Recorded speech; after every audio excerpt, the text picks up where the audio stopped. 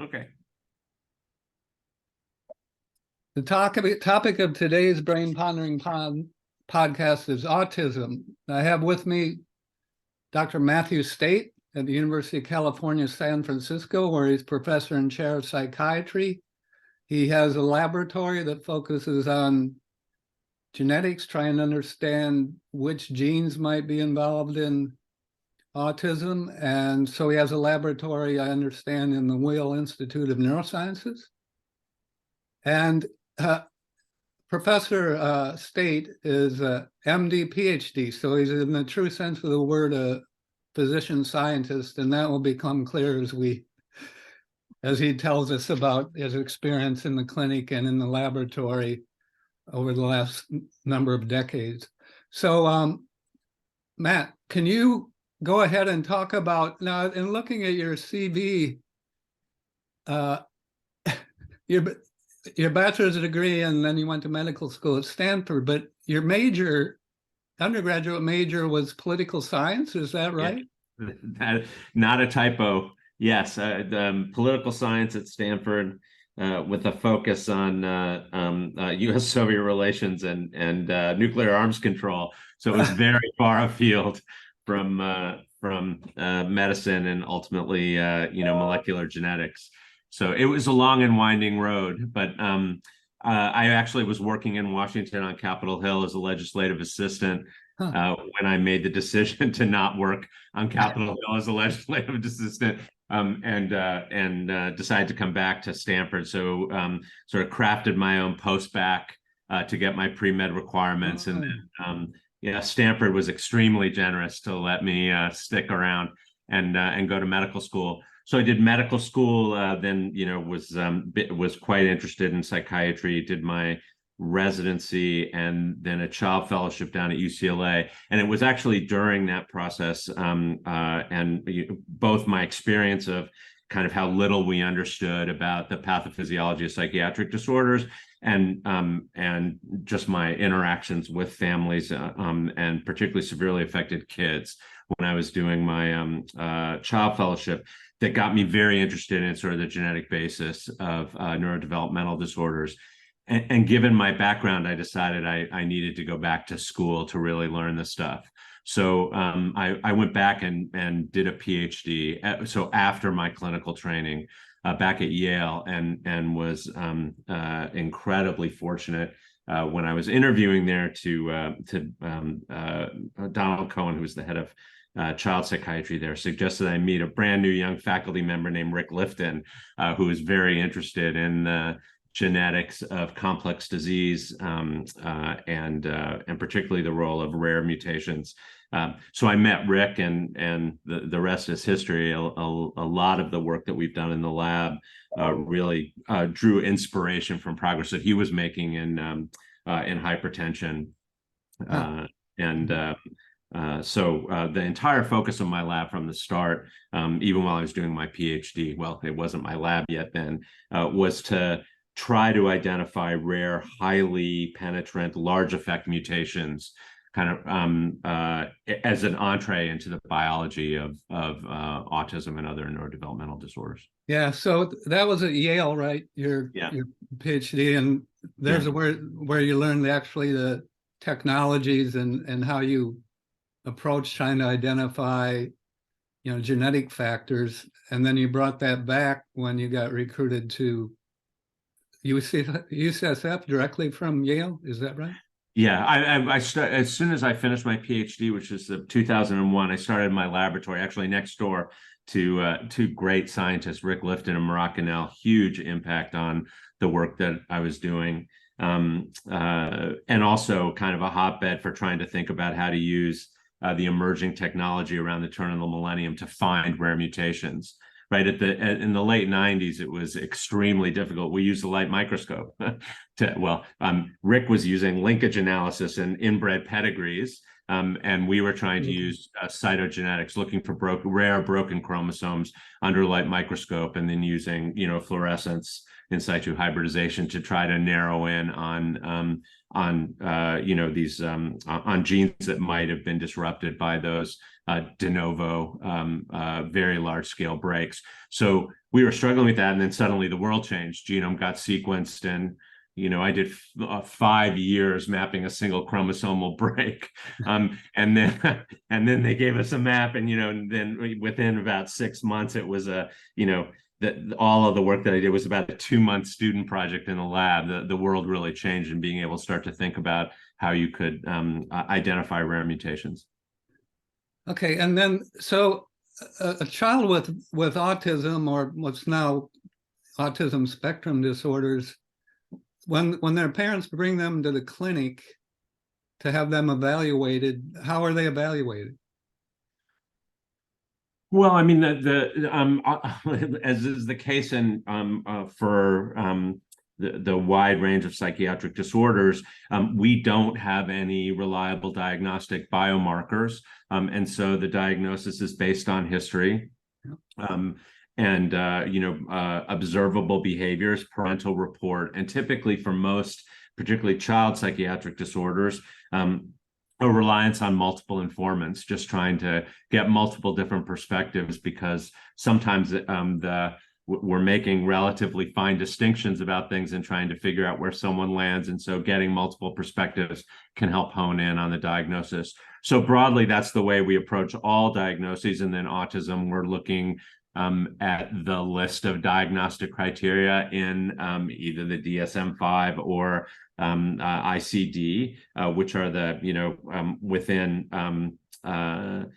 organized medicine, they're sort of they're the gold standards for making the diagnosis clinically. And then we use standardized instruments that help, improve the reliability and reproducibility of the diagnoses. So in autism, there are the two major domains, really trying to capture impairments in reciprocal social communication, and then a second domain in restrictive and repetitive behaviors or interests. There are a list of kind of specific things that you need to check off in both of those domains in order to arrive at the diagnosis. And then there's also, some sensory perception issues. Is that true? Yeah, so that's a new addition. And so from DSM-4 to DSM-5, the sensory issues were added in the second domain under this kind of restrictive, repetitive behavior patterns and interests. So that is now hypo or hyper reactivity to sensory input, or unusual interest in sensory aspects of the environment, is now one of a number of potential criteria in the second domain. So that's how it's currently conceptualized, and that was relatively new. And how early can it be diagnosed? I think it used to be, in some cases, the child even, was going to school before they're diagnosed. Yeah, so go ahead. Oh, yeah, sure. Yeah, so diagnosis is, it's as you can imagine, given the absence of reliable confirmatory biomarkers, there's a lot of work that's done to try to minimize variability and subjectivity. But the bottom line is that making the diagnosis can range from, very straight ahead, very early in development because of very severe impairments. But in many cases, the diagnosis is not made even when there's good surveillance until the second year of life. And that's often because it's sort of the delta between the kind of normal social development and what you're seeing in your child starts to become more and more prominent in the second year of life as language comes online, et cetera. So the diagnosis is often made in the second year of life. It can, in the field, it's considered that by 2 years of age, the clinical diagnosis is reliable, although for many kids, there's very strong evidence through prospective research cohorts, et cetera, that autism symptoms begin to emerge very early in life. But it's also the case that some kids are not picked up until much later, and there are major health equity issues there, because it turns out that certain populations are much more likely to be diagnosed with something else or to have the diagnosis missed. And so that leads to a very wide range of ages at which children, even who can be very markedly impaired, are given the formal diagnosis. I was talking to my daughter yesterday about this podcast today and autism. Actually, she came into me, and so it's more prominent in males than females. And my daughter asked, does the symptomology appear later in girls than boys? It's a great question. I think so. There's definitely a consensus, and epidemiological studies kind of land around 4-to-1 for sort of the large group of individuals with autism. But there's a varying range of that male predominance as based on sort of where people fall on the severity spectrum, particularly along the IQ spectrum, so that as you get to higher IQs, what used to be called Asperger's syndrome, the male predominance is calculated to be even greater than 4-to-1. But the question your daughter raised is really critical, because there's an increasing appreciation that the construct and the symptoms that we list and the way that we think about identifying things have really all been devised around boys mostly, with a real dearth of studies in any domain in autism focused on girls. And so the question about whether or not there are alternative manifestations of symptoms in girls that are leading us to overestimate this difference in prevalence remains an open question in the field. So I think sort of the most experienced, smartest clinicians and epidemiologists would say, despite all that there's still strong evidence that there's sexual dimorphism. But I think that there's much more kind of flexibility now in kind of thinking about how much more and how that's being manifested. Yeah. And what about demographics? So for example, I guess in industrialized companies that have good, really rigorous science, so compare, say, the United States to Japan in terms of how common, and I guess how many children, what percentage are diagnosed? Yeah, so the entire topic of diagnosis is a really important one, and challenging, again, because of sort of the way in which, as you can imagine, again, the absence of having a rock solid definitive biomarker leads to challenges in sort of comparing, across cultures and those sorts of things. But there is evidence, and the evidence that's out there suggests that there's not any variability really from geographically, as long as the identical diagnostic criteria are used. So most of the variability, it seems, in prevalence, including the dramatic increase in prevalence over the last 40 years, is attributed largely to what diagnostic criteria you're using. So in the US right now, the CDC says 1 in 44 children, so about 2.3%. One of a very important kind of seminal epidemiological study that took a lot of heat because it was well ahead of its time, was used very careful diagnostic criteria in a Korean population when it was thought that the prevalence in the United States was about 1%, and then that study in Korea came up with about a 2.3 to 2.6% prevalence in Korea, and it took a lot of heat, and it just turned out that in fact, they had done an extremely careful job of applying modern criteria, and then as studies around the globe used similar criteria that matched up with really the kind of gold standard diagnostic formulations that everyone is landing around, 1 in 50. So there isn't really much evidence that there are hotspots around the globe for autism, or that there are places where there's significant protective factors. But as in many psychiatric conditions and all of psychiatric genetics, very strong predominance of studies have been done, or the preponderance of studies have been done in European Caucasian populations. So we don't know a lot about Africa, et cetera. Yeah. So, but based on what we do, the presumption is that there's not much variability, which goes along with the very strong evidence of genetic contribution to the disorder. Yeah. Okay, so go ahead and start getting into the genetics. Now, I heard of Fragile X mental retardation syndrome a long time ago, and actually there's evidence that the protein encoded by that gene, the FMRP, Fragile X gene, plays a role in the production of proteins locally at synapses, the connections between neurons. So yes. When was that first established, the genetic basis of Fragile X? Okay, you're testing my historical reference. It was a long time ago. Yeah. It really was. There's a lot of focus around, sort of for quote unquote idiopathic autism, which is we could do an hour on that.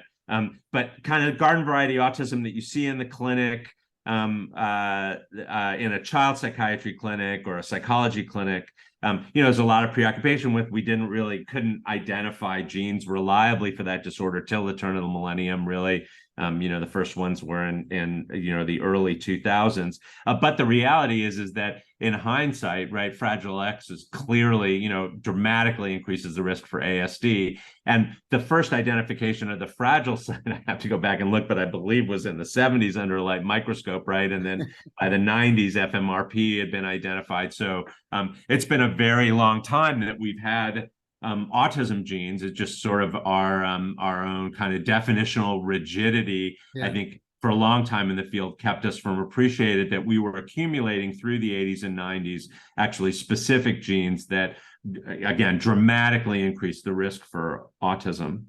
Yeah. All right. And then, so what's the relative contributions of genes and environment? So, yeah, go ahead. Yeah. So again, the subject of considerable debate. So there's by pretty much, I think, anyone's calculation at this point, this is a predominantly genetic disorder. If you take all of kind of the classic twin and family studies and you put them all together, heritability is estimated at 80% or higher for ASD. There's one kind of high-profile study done at Stanford about a decade ago that found a lower heritability, just below 50%. It was a twin study, and there's been a lot of debate about it. But the bottom line is that it's one of multiple studies, and with increasingly large cohorts, particularly in Scandinavia, all suggesting that there's likely to be a range, but that it pretty much settles out at 80% or higher, and generally considered to be, if not among the most heritable of all psychiatric conditions and neurodevelopmental disorders. So there's no question that genes play the predominant role. Depending upon who you ask, there are folks who are really convinced that environment plays a very limited role. But the evidence so far would suggest that like for many common disorders, that there's an interplay between environment and genes, just that genes are, kind of carry the lion's share of risk. Now, someone with autism, they're less likely to get married and have children than someone without? Is it? Yeah, there absolutely. And it's one of the reasons that we got very interested in rare and de novo mutations. Yeah. Right. And the fact is that so far what we've discovered about the genetics of autism all are consistent with natural selection, sort of pushing against the core symptomatology. So far, it's been a struggle to identify any variants that are common in the population that carry substantial risk. And so with the accompanying thought that purifying selection works, and any gene that kind of peeks its head up, over the crowd there over time is going to be selected out of the population. Conversely, one of the reasons we were so interested in de novo mutations is that there's essentially no time for natural selection to act in the first generation, as long as the fetus comes to term. And so just overall, looking at de novo mutation, it offers potentially a window into genetic perturbations that over time would not persist in the population. So just to clarify, so de novo mutation means that the parents did not have that mutation in their genome, or at least in their somatic cells. Yes. And the mutation somehow occurred either in the egg or the sperm, or maybe even during early embryonic development after fertilization, right? Yes, correct. And so that's pretty interesting. The main cause, or one of the main causes of mutations, is oxidative stress on cells, free radicals attacking the DNA, and then usually it's repaired. The cell has a mechanism to repair the DNA, but if that mechanism is impaired, they can't repair it. So do you think there's something about the environment in the womb that may kind of enhance the chances of de novo mutations occurring? So it's a very interesting question, and for a long time there's been a lot of interest in oxidative stress as an overall mechanism with regard to autism pathophysiology. I think it's a plausible hypothesis. There are a couple things I think to note. So there's a bit of more than a bit. There's a lamppost phenomenon in using genetics to try to kind of suss out what's going on at the biological level right now. Yeah.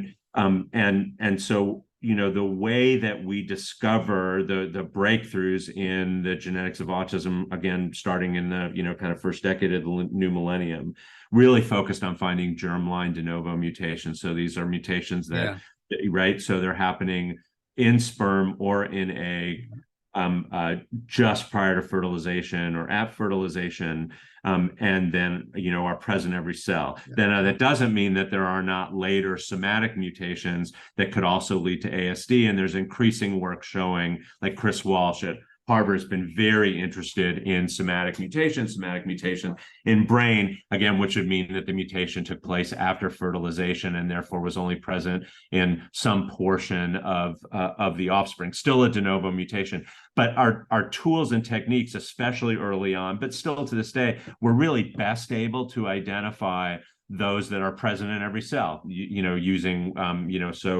so the predominance of what we're looking at and then trying to interpret in terms of the overall genetic risk for ASD are restricted by the methods of discovery. Of course, to do the DNA analysis, you're taking blood cells usually, right? Correct. So right off the bat, it's got to be in blood. Yeah, that's and then the ones that it's just from a technical standpoint.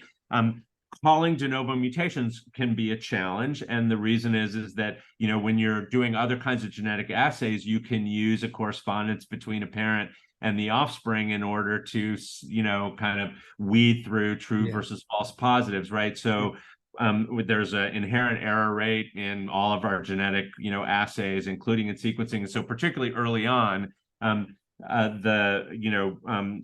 we looked for signal in a way that made it possible for us to find de novo mutations. In doing so, we in a lab, you would be absolutely inundated if you chased every possible new event in the offspring's genome, given the underlying error rate of our assays. And so what we did is that, you had to get a certain number of reads, right, that were consistent. And the fact is that the closer you were to having every read agree in an area, the more likely it was to be a true positive. But that automatically biases against mutations that are only present in a proportion of the cells that you're looking at. Yeah. And you already pointed out that we're starting right away in blood, and the correspondence between blood and the organ of interest, which is the brain, is very low. And that's important too in thinking about mechanisms, right? Because the symptomology seems to be mainly in the nervous system, the brain, right? Are there, because these genes, certainly the DNA is in all our cells, the gene may not be expressed in all our cells. And in looking over your work and others, and I should point out, there's a big group, this is a big collaborative effort, right, among many labs, doing different genetic analysis in different groups of kids. But anyway, so there are a lot of genes that are in neurons that are expressed mainly or only in neurons. Are you finding that a lot of the genes that are associated with autism are genes that are expressed, that is, the protein is produced from them only in the nervous system? No. No. Okay. So, so it's fascinating. So there's a lot to unpack there, but I'll start with answering the direct question, and then kind of back out a little bit around the sort of trying to divine pathophysiology or biology from the gene list that we've identified. So first, I want to take a big step back and say, you asked me about heritability, and it's as I should, the lion's share of risk. Some people believe all of the risk is genetic, and I've been focused, my laboratory and others have been focused on rare mutations, and that has really been tremendously successful in identifying individual genes of large effect. It is really looking under the lamppost, because what we also know from large-scale genetic studies is that most of the genetic risk for autism is not in these rare mutations, but is in common alleles that are present in more than 1 or 5% of the population, like other common complex disorders. So when you parse heritability, the vast majority is in common variants, and then a very small proportion, when you think about the entire population, is in rare mutations. Now, it turns out if you have a rare mutation, they have very big effect. So they're way overrepresented in the affected population, the population that comes to the clinic. That sounds a little bit like a contradiction, but in fact, when you think about it, it really makes sense. So common variants have very small individual effects. You need to have hundreds or thousands of variants in the genome conspiring to kind of move you along the distribution to a point where you're kind of reaching the point where you may have, symptoms and meet diagnostic criteria. So that genetic risk, most of it is going to exist in a population that never goes to clinic, does not have overt symptoms at all, right? Whereas with rare mutations, even though they're a small proportion of the overall risk in the population, because they have such large effects, have a tendency to very often be associated with clinical symptoms. So you get this disproportionate representation of rare mutations in the clinical population. Okay, so the reason I said that is that what we know about and where we can really try to begin to interpret biology is coming from a subset of the genetic load. I apologize for the sound. I'm on Do Not Disturb. I have no idea what is pinging on my computer here, but so it's just important to keep in mind. I apologize for the digression, but it really is important to recognize that we're getting a slice of the pie, and it's incredibly interesting, but it's just a slice of the pie. Okay. And so within that slice, even from the start, so there were 4 groups that are kind of racing to try to identify rare mutations in kind of garden variety autism. And those papers were all, published in about 2012. Well, actually, they were all published at the same time in 2012. Everyone hit the finish line at basically the same time. And from the very earliest observations, the first genes about which the field had, very high levels of statistical confidence that we were looking at autism genes. Those genes sort of, even prima facie, began to parse into kind of by and large, two large groups of biological function.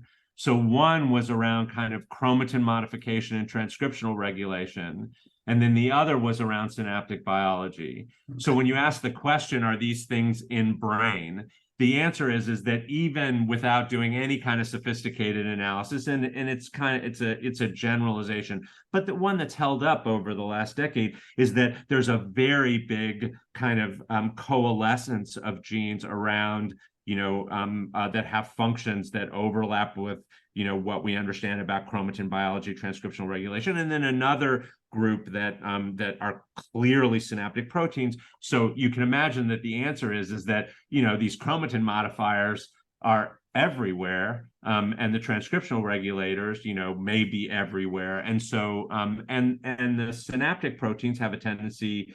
They may not be restricted to brain expression, but they're clearly highly represented.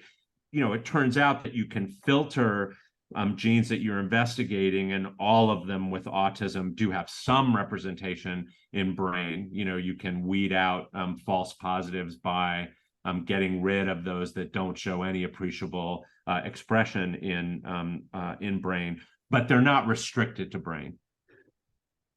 There's quite a bit of converging evidence, I think, that there's kind of a accelerated growth of neurons, maybe even production of neurons, and that the initial wiring may be altered in a way that leads to hyperexcitability.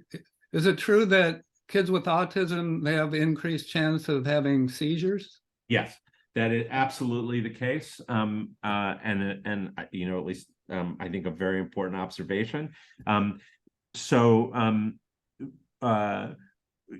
The first part of that question about this convergence is a point of tremendous interest. As you pointed out at the start, when we were talking, that I'm a human geneticist, I'm not a neuroscientist, but the whole point of my lab was to identify genes as an avenue to understand biology, right? With the notion that we needed concrete, potentially large effect genetic clues in order to have a point of entry that was interpretable. The genome is a big place, but it pales in comparison, to the number of neurons and synapses in the human brain, and so that was the strategy in the lab, was to try to leverage that. And when we made these initial discoveries along with multiple other labs, very quickly the lab pivoted to try to understand whether or not there was a way, kind of writ large, to begin to interpret the genes that we were seeing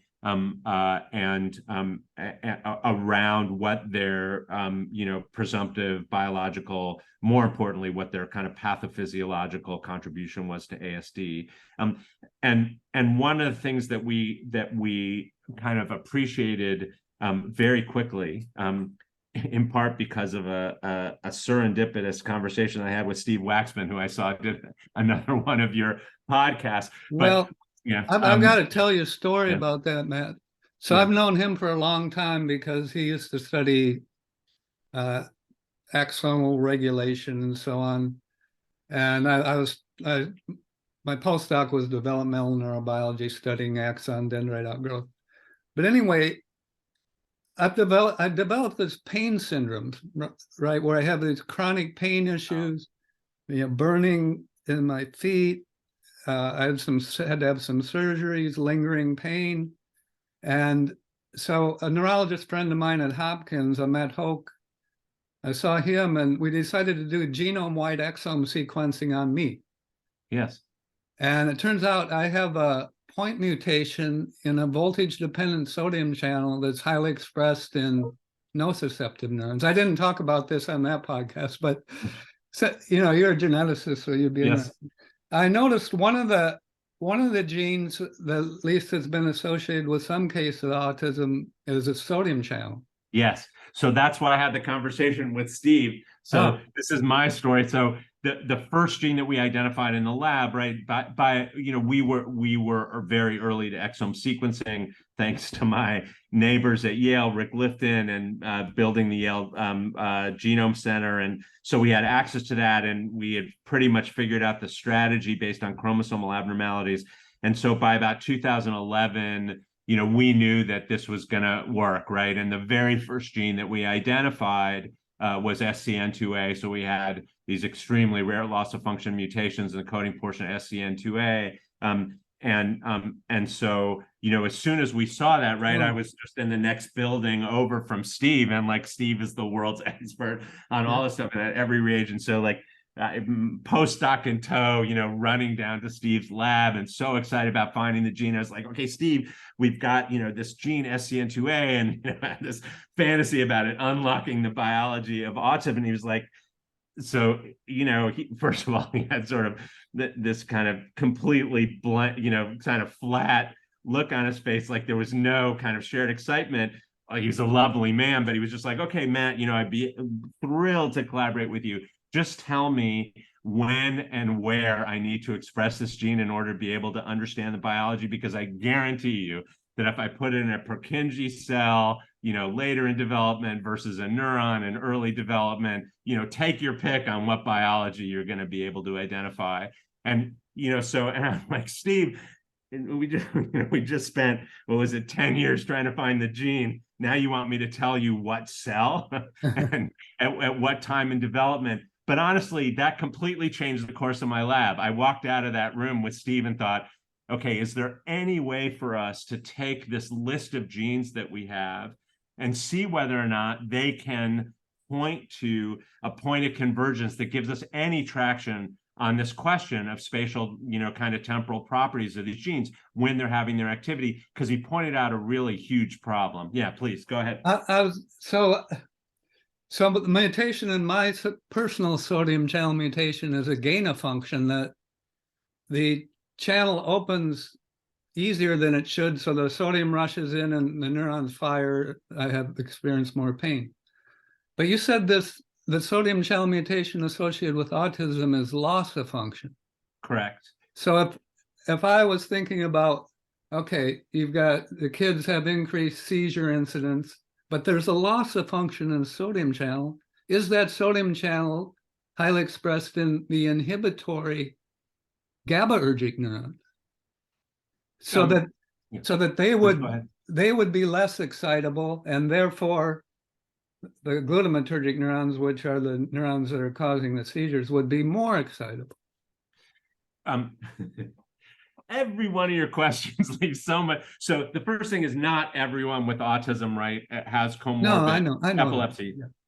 But it's a very, you would think, oh my goodness, well, it's a sodium channel. And so it does turn out actually that there's a very profound epilepsy syndrome associated with SCN2A mutations as well, which is associated, I hope I'm getting this right, with other non-loss of function mutations that alter channel properties. And I believe they're largely gain of function, although a former postdoc in my lab has spent all of his time focused on this, and I haven't been thinking about it in a bit.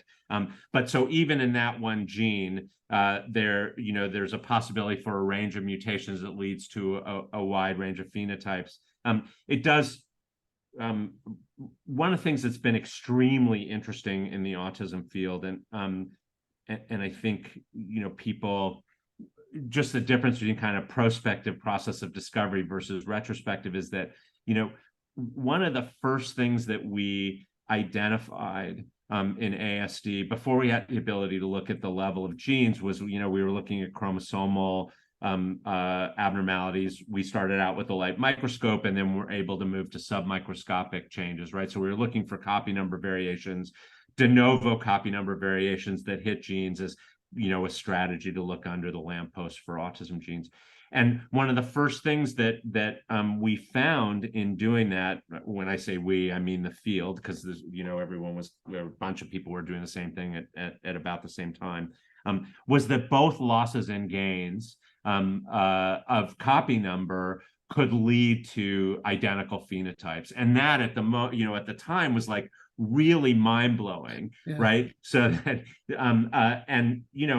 and I think people have kind of gotten used to it now, like that. But associated with that, right, was that So both losses and gains across the genome at certain regions that are clearly vulnerability loci for autism, first of all, lead to a very wide range of neurodevelopmental disorders. They don't code true for autism. And at almost every locus, there is some phenotypic manifestation of both gains and losses. Sometimes there's a variability in the severity or maybe the range of disorders that you're most likely to see. But that was kind of like, oh my God, that defied kind of expectation. And then the second was that, what we were looking for were de novo mutations in one of two copies, right? So we were finding haploinsufficiency or putative haploinsufficiency based on interpreting stop codons or canonical splice sites, et cetera. And, and the conventional wisdom when we started looking was there should be only a very small number of genes that are that vulnerable to haploinsufficiency, right? Like the other copy, unless you've got some mutation there, some problem, ought to be able to compensate. For reasons that are still, I think, completely not understood. That is not the case in ASD. We're now to 250 genes where the vast majority of them have, a loss of function on a single copy of the gene is leading to this neurodevelopmental phenotype. And when people have tried to look at the other allele, there's no consistent finding that you're like uncovering a recessive risk. And these are not gain of function mutations. They're not dominant negatives.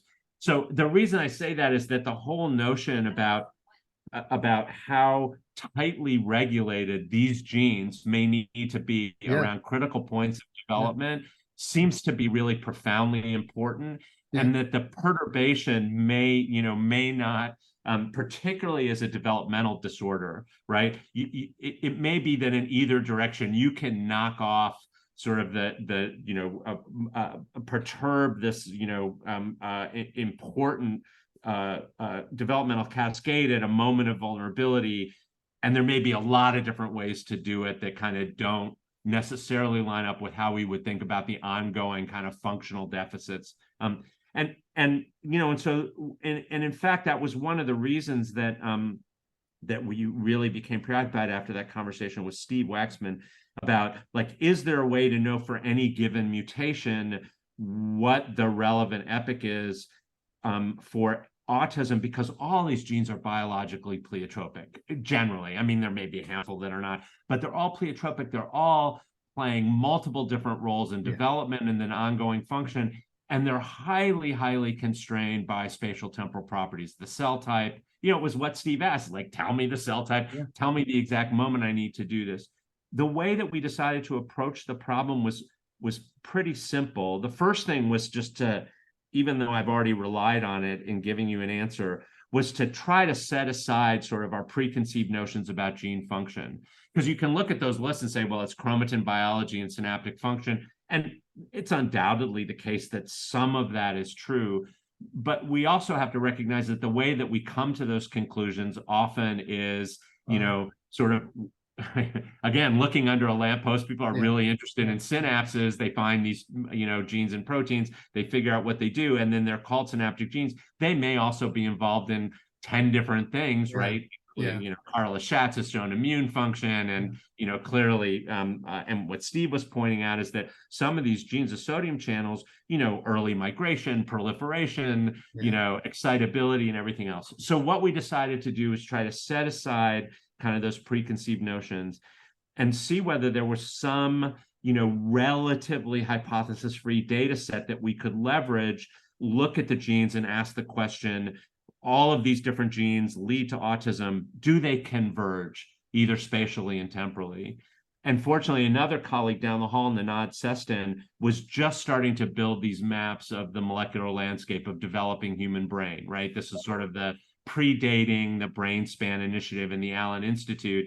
He was just starting to look at, at fetal postmortem samples, actually through postnatal and even into adulthood, and using, this new tool of arrays that were capturing pretty much all the genes in the genome and asking, can we, what can we learn by looking at coordinated gene expression in a hypothesis-free way? So the two of us got together. we took the high confidence autism genes, we took this, kind of developing map of the transcriptional landscape of early brain development, and we asked, okay, if you look at it in that context, is there any place that at least transcriptionally you start to see an excess representation of autism genes in a way that that is, deviates from chance, which was an interesting question, trying to figure out how we knew what chance would be. But so we looked at that convergence transcriptionally, and we're really surprised. Like my, as is always the case, you have some young people in lab saying, we ought to try this. And I'm like, there's no way that's going to work, but let's go ahead and do it. Because I thought it was going to light up the entire brain, right? Autism is so heterogeneous, et cetera. For the first set of genes that we identified, like blazing signal in mid-fetal development, right? And in mid-fetal development of the cortex, some of that is because we had a lot of data from the cortex and relatively little data from other parts of the brain, which is that's now being filled in. But it was really striking that it wasn't even all over cortical development, right? It was kind of prefrontal cortex, and it was, sort of 16 to 24 weeks of development where we were getting like this massive overrepresentation of autism genes, specific mutations in a particular cell type, right? So we looked and thought, is it glia? Is it neurons? And Dan Geschwin was both a collaborator and a competitor at the time. He was doing exactly the same experiments, and we both came up with this a major overlap in the answer, which was excitatory neurons in mid-fetal developing cortex were a really important point of convergence around these high confidence autism risk genes. He found upper layer and lower layer. We found layer 5 and 6 pretty much exclusively for the genes that we were looking at, which is a somewhat different set. We started just with the highest confidence autism genes to try to answer this question. And now over the last 10 years, like everyone who's done the experiment, like as the armamentarium has expanded, both with better transcriptional resources and much larger number of genes, it's begun to expand into other areas of the brain, but that initial signal has remained really solid. So there's a significant overrepresentation of autism genes, high confidence autism genes involved in cortical development. And if you believe the layer 5, 6, these are sort of at the first moments of that where the first synaptic connections are being formed and cortical fucal fibers are being projected, and now people are starting to pick up a signal in the striatum, and we had some evidence of kind of thalamocortical circuitry being involved. So the bottom line is that we right now it is possible, I think, to really place at least a subset of genes in a pretty confined context to try to begin to ask what's going wrong. And I apologize for the long windup here, but the reason that you prompted me to think about that is that when you ask the question about brain size and neurogenesis, is that as we've kind of progressed and we've now sort of identified that this is a critical time point for a certain set of genes, we started putting these genes into kind of higher throughput model systems simultaneously with the same strategy. Like, let's do a whole bunch of them, because any one of them is going to give you incredibly interesting biology, but may not point you in any, kind of particular direction with regard to pathophysiology. And most recently, so we've done this in zebrafish with collaborators at Yale. We've now done this in Xenopus. And the really striking thing from the Xenopus experiments were that all these genes that are annotated as being chromatin modifiers were impacting neurogenesis. And we're not seeing a huge signal in kind of, in massive dysregulation of gene expression. We were seeing abnormalities in brain size in Xenopus. And then as you kind of pull on that biology, that I think we've started to identify that there is this signal around neurogenesis. These things are binding to microtubules. We're seeing a biology that seems highly relevant to proliferation and kind of mid-fetal neurogenesis.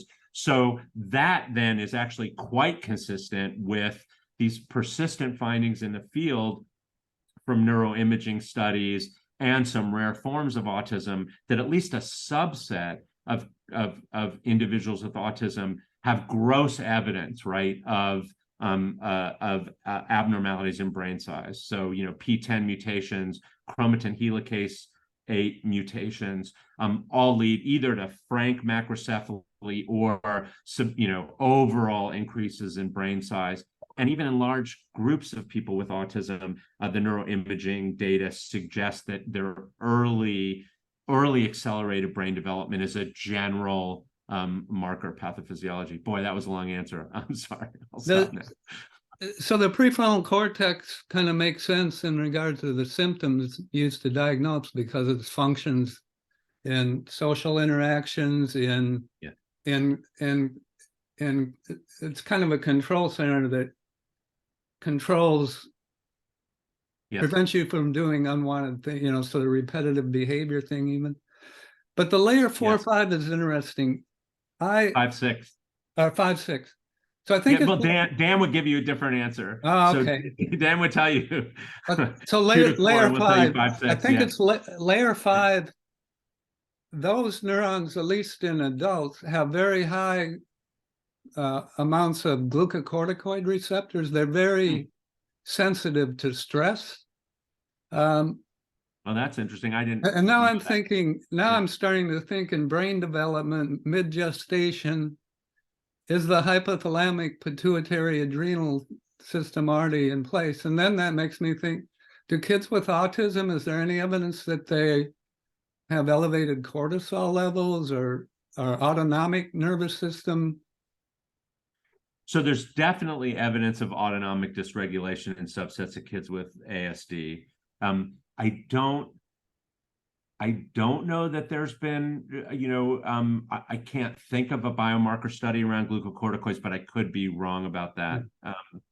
Okay. I want to circle all the way back, actually, just for a second to this question about, so now I've given you all of kind of the caveats. But one thing I think that's important to point out is that there's no evidence for increased mutability in the genomes of kids with autism versus not. So that what we see is that the reason that we're seeing an excess representation of these de novo mutations is because they have large effect sizes. They tend to group in kids with clinical features, and we sequence them. But there really is no evidence that this is anything but kind of the normal background rate of de novo mutation in the population. That said, we have found early on that there are environmental factors that overall influence the rate of de novo mutation in the population, right? So paternal age, right? A lot of the de novo sequence mutations are on the majority of them. Evan Eichel and Brian O'Rourke, in the very first studies that we all kind of published together around sequencing, were tracked down where the mutations were coming from very early on, and that's now been replicated many times. For this kind of, for the de novo point mutations, loss of function, they're mainly coming from sperm, likely due to the continual cell turnover, et cetera. And so paternal age is associated with it, and there are very plausible hypotheses that things that would increase mutagenesis broadly in the population would increase the rate of de novo mutation, increasing the chances that some kid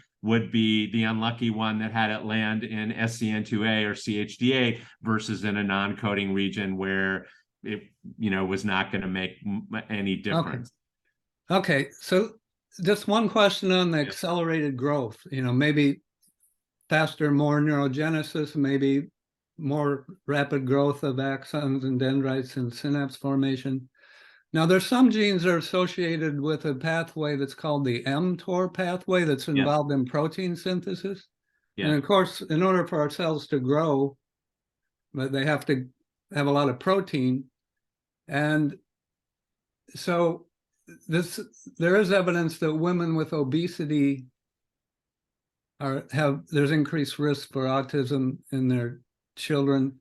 So maybe they're in kind of an overnourished state, and so therefore the developing fetus and brain is in overnourished state, so that this mTOR pathway is like being turned on more than it should, and the cells are growing faster.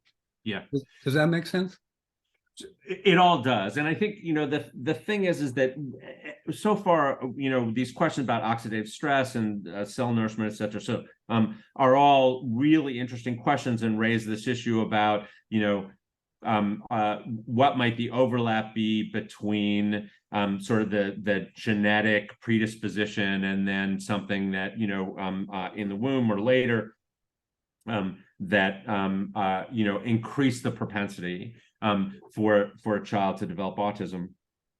And I think people are very interested in that because as a general proposition, because, another kind of striking feature of the genetics of autism is that almost none of what I've told you breeds true, right? So even the very top autism genes, like in one kid may lead to autism and another kid may lead to intellectual disability without impairment of social functioning. In another kid, it could be epilepsy. In another kid, it could be ADHD or language impairment, right? And so this question about how a single, even large effect genetic mutation kind of canalizes to give you a phenotype, has people thinking like, there it could be stochastic, right? I mean, it could just be completely random, but it certainly raises this question about an interaction between environment and genetics.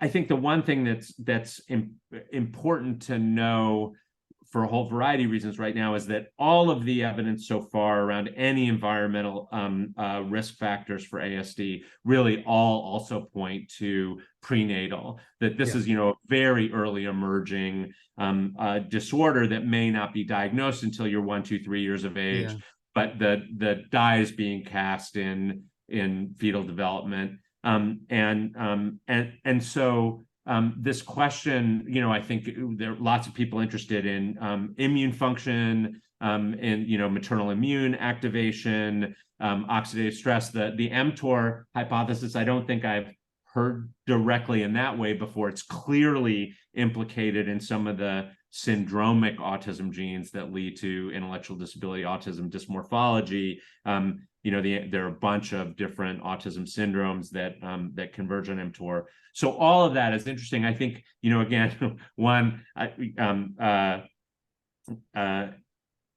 a geneticist, I have a tendency to see through the lens of, the strategy we've taken. And part of the reason is that I think the only way I think really to begin to answer the questions that you're asking is to have to get as deep an understanding as we can based on the genetic etiology, because there's so many possibilities. So there are really, countless hypotheses about what kind of environmental impacts. It's like, early exposure to toxins, a whole long list of potential ways that you could perturb, oxidative metabolism, and there's a whole variety of possibilities. Right now, you've identified, like from broad scale epidemiological studies, there are really only a handful of things that have evidence, kind of consistent evidence so far. And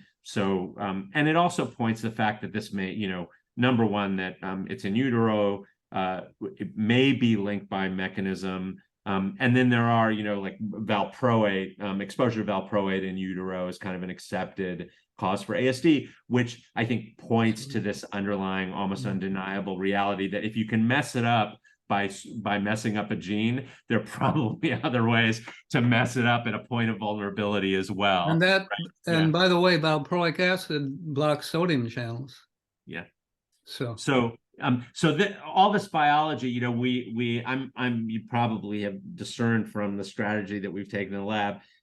Well, in the clinic, I'm kind of the opposite of a reductionist. In the lab, like, I really try to focus on what is the strongest, clearest, most kind of constrainable observation so that we can take incremental steps. So it's part of the reason we're so interested in trying to define this kind of point in time, because I think the only way to suss out whether or not these other things are relevant is like if you're looking at all of development and then all of brain function across all of time, like the possibility of really figuring out what this interaction is between genes and environment, I think is going to be an insoluble problem. Now, two more things. One Yeah. is this the comment. I don't think we have time to talk about it, but there are animal models that at least some people think are relevant to, the human condition, and that Yeah. is mice in which the genomes have been manipulated, some of the Yeah. same genes.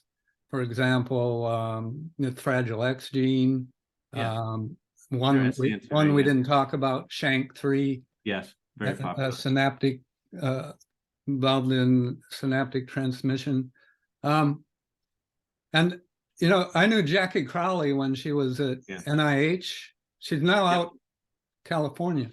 Yep. And she's, behavioral neurobiologist and kind of developed a lot of interesting behavioral tests to Yeah. screen these animals. Do you think there's value in, from a translational standpoint, if one's thinking about trying to develop pharmacological approaches to helping the behavioral symptoms?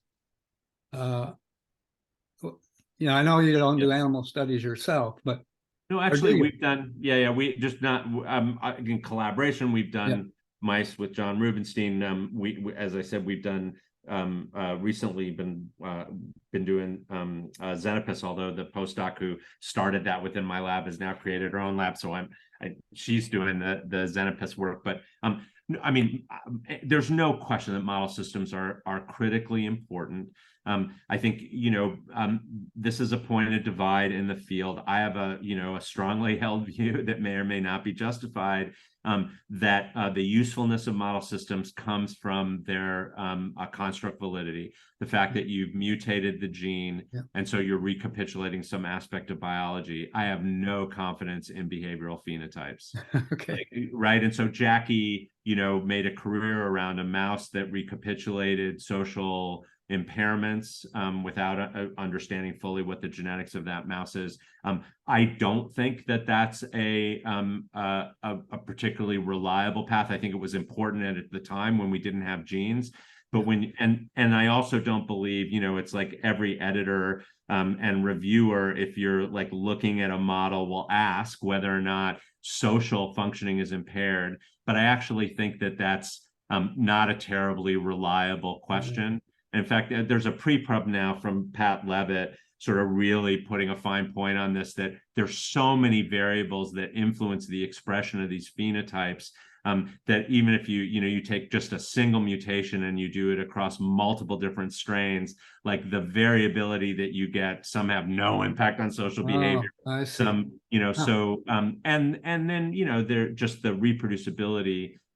And mouse brain is different than human brain. The things that we're most interested in, are really some of the things that are almost most distinctive about humans, particularly as you overlap with language and those sorts of things. So our view is that you just need to be mindful of kind of how far your system can take you. And I think there's use for flies, worms, xenopus, zebrafish, mice, non-human primate in selected cases where I think, you really need an answer before moving into human. And then increasingly, I'm hoping that we can use the human as a model system in selected circumstances that are completely ethically sound. But I think we're going to need all of that to move the field forward. Okay. Last thing is treatments. So currently, behavioral interventions is kind of the mainstay. Is that right? That's correct. There are FDA-approved treatment, which is just an atypical antipsychotic, and that was for disruptive and aberrant behavior. So there's something called the aberrant behavioral checklist, which was it's a very kind of primitive tool, but it's what we've been able to use pharmacologically. I mean, to prove out pharmacological interventions. And atypical, any dopamine blockers can at least transiently potentially decrease repetitive behaviors depending upon what kind they are. But there are no somatic treatments for the core impairments in reciprocal social communication or language that we have. And so the mainstay of treatment really is a behavioral intervention. What about exercise? I've noticed over the years, like it has profound effects on people's mood, and Yes. even cognition. I used to coach high school cross country, and both our kids ran cross country, and during the cross country season, like they were really, laid back, easy to get along with, focused on their homework. And then in the off season, when they weren't running, they get kind of ornery and cranky. But is there any benefit of physical exercise for kids with autism? I would venture a guess. I don't have any data to support Okay. it. All right. I mean, yeah, I think, overall, I mean, again, it's part of the issues that we didn't really talk a lot about it, but the spectrum is so broad, right? I mean, it captures so much of human experience. That's leading to very significant debates in the field about how to even conceptualize autism, right? With people who, have lived experience, some part of that community saying that even thinking about it as a disorder or disease, right, is stigmatizing and incorrect. And then, people like me that are kind of, at least for a portion of the spectrum, are more, sort of more focused on how it overlaps with kind of the way that we think about other kinds of medical, and neurological disorders. So one thing is it makes an answer to that kind of question extremely difficult because there's such a broad range of people who have autism. I think that what we see is that across the spectrum, that there are a variety of things anecdotally that can improve things or make things worse. And I would venture a guess that exercise for some kids is extremely valuable. Because of the impact on a whole variety of things that you described. It's not sort of identified as a specific intervention. No, yeah.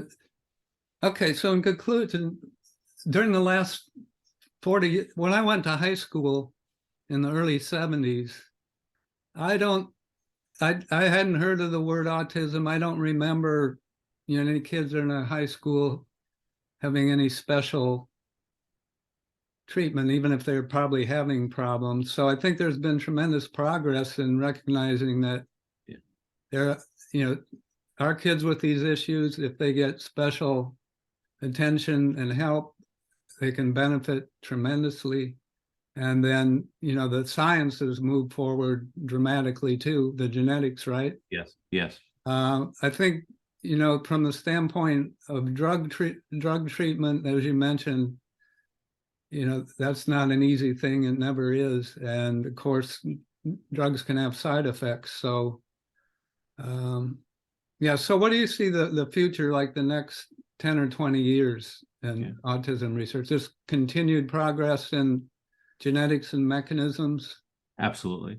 I mean, the field is moving extremely rapidly, and and as we had success, now 15 years ago in genetics in a way that was particularly, I think, helpful with regard to at least opening the door to neurobiology, because these are coding mutations of large effect. It's exactly what you want to give a colleague like you, not some non-coding mutation that has a 5% or 10% increase, but like 100-fold increase lopping off the tail end of the protein, right? Like but at the same time, which we've just sort of peripherally touched on, is as the entire the neuroscience field, the tools and there have at least kept up with the progress overall in genetics. So I do think that really honing in on the pathophysiology of a subset of the autism spectrum is just around is happening now for very severe syndromic forms that include intellectual disability, epilepsy, and variably autism. There are already clinical trials of gene targeting therapies for Angelman syndrome and Rett syndrome. Really? Yeah. So there's going to be. And how are they? All right. So the idea there is to correct the mutations. And how do they get these reagents into the brain? Are they doing intrathecal? They through the spinal cord. CRISPR, basically? So they're basic. I mean, they're kind of based on the experience with spinal muscular atrophy. There are two kind of major approaches. You can do a CRISPR-based approach and do, kind of gene replacement. No one is editing the germline genome. So Right. you can do a replacement, or some of the early targets have been amenable to ASOs, the antisense oligonucleotides, either, to correct, so in Angelman syndrome, there's an antisense that silences one of the two copies. So they designed an antisense to the antisense.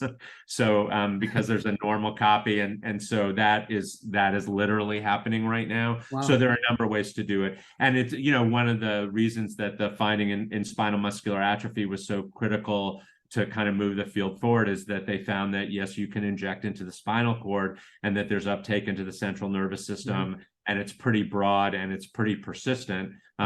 So that's opening the doors to gene targeting therapies, which raise a whole series of issues around sort of moving into the autism space. Right now, it's very much in these kind of, classic quote unquote monogenic syndromes like Angelman, Rett, Fragile X, or people thinking about this, but that's going to happen in the next few years. And then I think, it is such a broad community of people that I think there are a whole variety of issues that are going to be really important in impacting folks around, sort of understanding autism and the natural history that have much less to do with elaborating, detailed biology in the way that I'm describing, because families are living with this now, and they're all, and again, there's some people who don't experience this as impairing, but for those who do, who particularly those that are that have higher IQs or have less profound social deficits, a lot of the issues are around, kind of integration into society, decreasing stigma, supportive and assistive technologies. All of that is a, exciting area of work. It just is not, that's not my wheelhouse. Yeah. All right, Matt, I've enjoyed talking with you. Vice versa. Yeah, and talking a little science, and hopefully maybe something I said will spark some new interest. Yeah, no, the whole kind of like in gene environment interplay in utero, it's a constant preoccupation, but the notion that we didn't talk about somatic mutation, but somatic mutation is playing a role in some case of autism, almost undoubtedly, and sort of this notion that there might be sort of an underlying shared mechanism that both leads to somatic mutation and creates an environment more likely to lead to autism. Honestly, I haven't been talking about that or thinking about it. So thanks for the food for thought. Okay. Have a great rest of 2023. You too. Great meeting you. Take care. Yeah. Bye.